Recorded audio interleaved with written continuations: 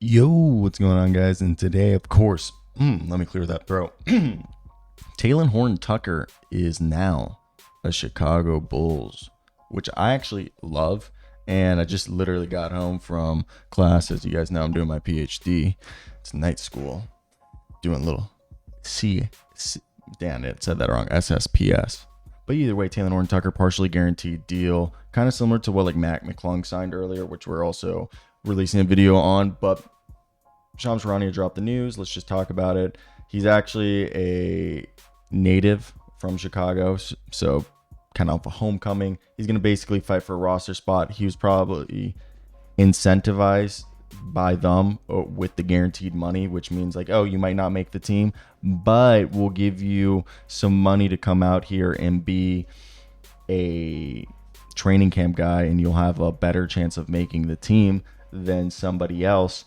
But he probably also had other offers from other teams where they maybe didn't offer money, or the battle that they told him he was going to compete against maybe wasn't as opportunistic as Chicago is. And as the reason why I say opportunistic is, let's talk about the Chicago Bulls, because they're either in a retooling or they're heading towards a rebuild. I also want to say, if anybody, I guess most improved player of the year is usually a guy who becomes an all-star. I was a huge Josh Giddey guy coming out of, as the guy who does scouting, huge Josh Giddey fan coming out of college, not college, but the NBL, coming into the draft.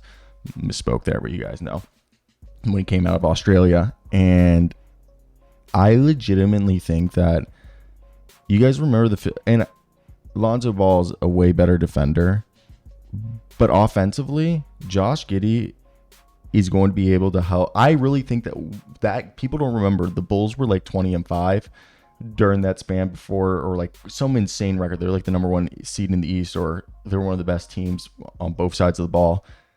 And I think Josh Giddey is going to allow them to recreate this. And I think the starting lineup looks like what it is. But the idea of having Talen Horton-Tucker, who, if you look at the second unit, I think Jalen Stick Smith and Torrey Craig and Buzelis make up.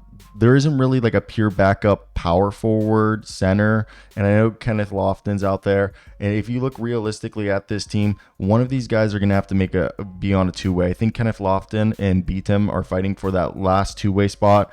And Talen Horton-Tucker, he can't get a two-way because he's played on too many teams or too many seasons. He has technically 5 years of service. And this past year, he played 20 minutes a night. And 10 points, just under 40% from the field, 33% from three, 2.5 rebounds, 3.5 assists. And one thing I want to note about Talen Horton-Tucker, it wasn't this year, but last year, he closed out the season like a menace. This past season, he didn't do it like he did the year before. And it was something else. If you guys didn't follow, but post All-Star break last year, my man averaged 18 points. What was it? 6 assists, 5 rebounds, shot 43% from the field, 32%, had 15 field goal attempts a game. And at this point, what is Talen Horton-Tucker? He's like 6'4" with like a 7'1" wingspan. I thought it was 6'11", but 7'1" wingspan. He has kind of a Swiss Army knife game where like he can score, he can go off for like 20 or 30 one night, but then he's also like not good enough to be that guy. Like, he's good enough athleticism to attack rim, but you don't want him to do it regularly. And he has all the tools to be a decent defender, even though he's not like the tallest, but he's not like elite at it. And he's like 234, and he's like in a tweener's body, and he lacks like a reliable, like consistent skill. And his passing skills aren't polished, but he's like this really good Swiss Army knife that I think's like still trying to figure it out. But once he does, he's going to be solid for somebody. I just think they need to figure out his role. Is he like a playmaker off the bench? Is he a guy who's going to like make moves? I think that's the biggest thing for them, is just trying to figure out like, hey, are we going to be able to like put you in a rotation and you don't need the ball in your hand? Because that's another thing, kind of like needs the ball in his hands. But going back to this, where I think if you look at how does he fit here, I don't know if Dalen Terry is ready. We don't know if Buzelis is ready. Chris Duarte, I'm sorry. We don't know. Javon Carter, they didn't play him last year as they should have. And we don't know what Lonzo Ball is. So there's one roster spot, and it's probably, I don't think Domask